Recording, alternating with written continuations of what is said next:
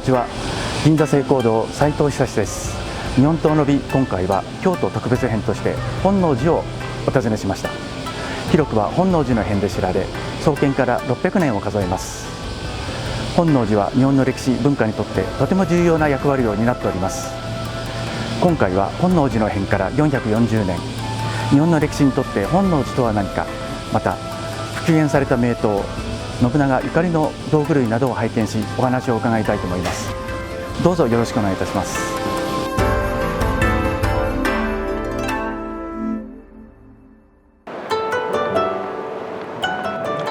どうもこんにちは。銀座成功堂斉藤久です。ありがとうございます。どうぞお願いいたします。本能寺の両院と申します。よろしくどうぞお願いいたします。お願いいたします。本日はよくおいでいただきましてありがとうございます。それでは本能寺の中の方をご説明申し上げます。どうぞよろしくお願いいたします。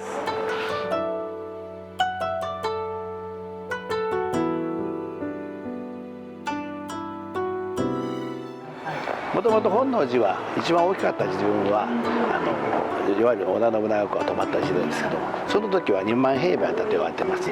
でこちらに来ましてからも1万平米あったんですけども、今は半分の5000平米というふうになってます。そうでございますか。こ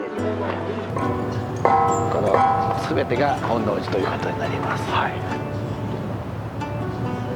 こちらの方に欅が2本あるんですけど、こちらの本堂はほぼ 97% が欅なんですよ。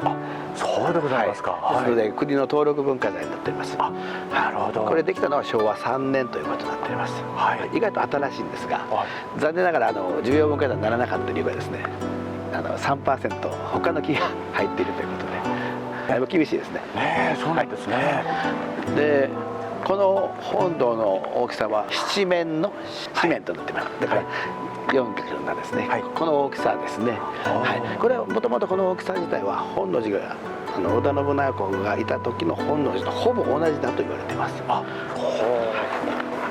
でもちろんこの本堂も全焼するんですよ。こちらに来てから天明の大火と蛤御門の変というのでですね、それでこの真ん中に見えますお像が日蓮聖人のお像でございましてですね、この日蓮聖人のお像は1551年島津家じゃなくてですね、種子島家から寄贈しております。ですから1550年1年と申しますと、本能寺の変の30年前にすでにこのお像はあったということです。ですから織田信長公もこのお像には会われているということになります。なるほど。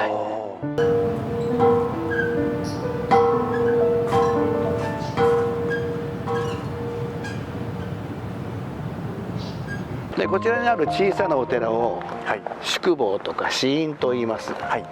でこれはと言いますと、もともとは全国からお檀家さんがお見えになった時に泊まるようにというので宿坊というふうになっております。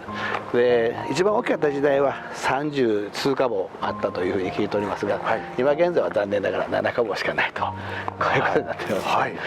でじゃあ宿泊どうするのかと申しますと、今はホテル本能寺がございますので、そちらの方に泊まっていただくようになっております。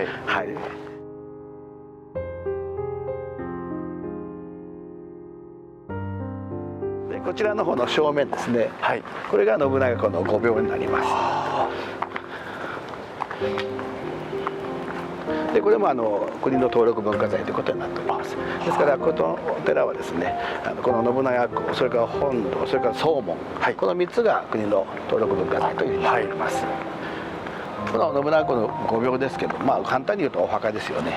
このお墓っていうのは全国に20か所あるんですよね。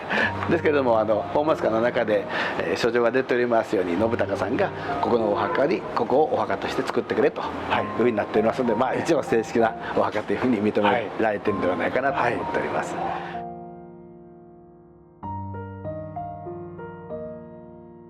でこのお墓自体はそうしまして、1592年に、言いましたら昔の場所に立つんですが、秀吉さんの命令でこちらの方に強制移転されましたので、お墓も同時に強制移転ということになっております。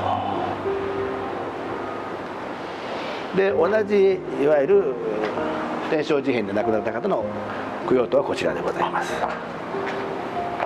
お位牌があったようにですね、こういう方が亡くなっているということですよね。意外と少ないでしょう。そうですね。はい、実はですね、わずか120人程度しかいないんですよ。はい、でもちろんその他いなかったのかということになりますけどね、有名なのは安家という黒人をいたとかなってますけど、はい、名前がないので亡くなってないですよ。だから亡くなってない方は数人しかいないんですよね。だからこの人数が全てだったんだというふうに思っていただければいいと思います。で相手の明智光秀公のところは1万3000と言われてますから、はい、だいぶ違いますよね。そうですね、はい、歴史的にもね少ないお供で、宿泊してたっていうのはやっぱり、ね、本当にこれが裏付ける証拠になるんですね。そうですね。それとやっぱり自分がよく知ってるし、で信長公が泊まりに来られると、私たち僧侶は実は追い出されてしまうんですよ。はい、そうなんですか。いわゆる、お寺の周りにずっとお堀がございますでしょ、はい、そのお堀の外に追い出されてある。外に貸し屋がありまして、はい、その貸し屋の方に待機していくという形なんですよ。でその時も火の手が上がりましたので、慌てて一番大事なものを取り切ったわけですね。その一番大事なものが本堂の正面の日蓮上人ということなんですよ。周りはお堀ですよね、はい、ですので抱えてお堀に飛び込んで助かっている日蓮上人です。はあ、なるほど。はい。それでこちらに来ましてからも天明の大火、蛤御門ありましたけど、それもここには北条の池という池がありまして、そこに飛び込んで助かっている日蓮上人なんですよ。非常に珍しい。本当ですね。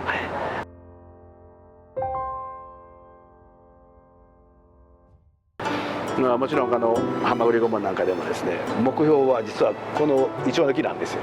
はい、このイチョウの木を目標に大砲を撃てるということなんですよね。当時は長州屋敷が今の京都ホテルとかありましたので、それでなかなかみんな平井でしょ、低いので、一番大きかったのがこのイチョウの木で、それを見分けて大砲を撃って、ですからここからぐらーっと燃えていくわけですね。なるほど。はい、ぐるっと燃えていって、それで御所まで燃えて、で御所のところで初めて今まで開けたことがないといういわゆる金門を皆さんを逃がすために開けたというのが金門の変、蛤御門の変とこう言うんですよね。なるほど。ですから向こうは全部それで皇族関係としては逃げることができたと言うんですよね。で面白いのはその時のこのイチョウが水を吹いたと言われてるんです。ですからイチョウは残っているんです。でイチョウと隣の両院というのは焼けてないんですよね。面白いですね。本当ですね。はい、で他は全焼なんですよ。水を吹いたからこれだけ助かったというんですよね。名前も面白いですけどね、龍の雲の印ですから、ですから龍はね水を司るものと言いますので、そこだけは助かったのかななんて思います。なるほど。でそれ以外で火事の残ったものが宝物館にある程度あるということですね。だからもちろん当時は非常に火災が多かったので僧侶だけでは取り扱うことができなかったので、多分お檀家の皆さんは周りに住んでいらっしゃいますので、そういう方に火事が起こった場合は速やかに何でもいいから持って出てくれってことを言ってるんじゃないかと思うんですよね。で記録によりますと言うたら法要の時あるいは本堂ができた時に持ってきたとか返してくれたというのがありますので、そういう意味で言うと誰が来てもいいと。とにかく持ってくれと、という形、もちろんそれもあってで出てこないのもあってっていうのも、面白いんじゃないかなと思っています。それがこの地域にあった本能寺じゃないかなと思いますね。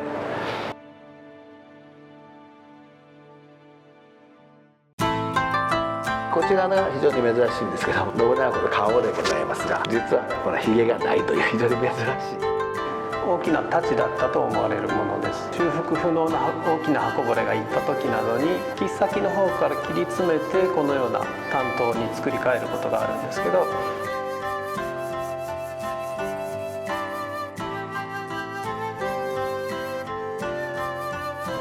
本当すごいですね。この小屋の雰囲気が本当によく出てて、ありがとうございます。やっぱり展示してあるだけじゃなくて、やっぱこう持って見えるっていうのはなかなか面白いアイデアですね。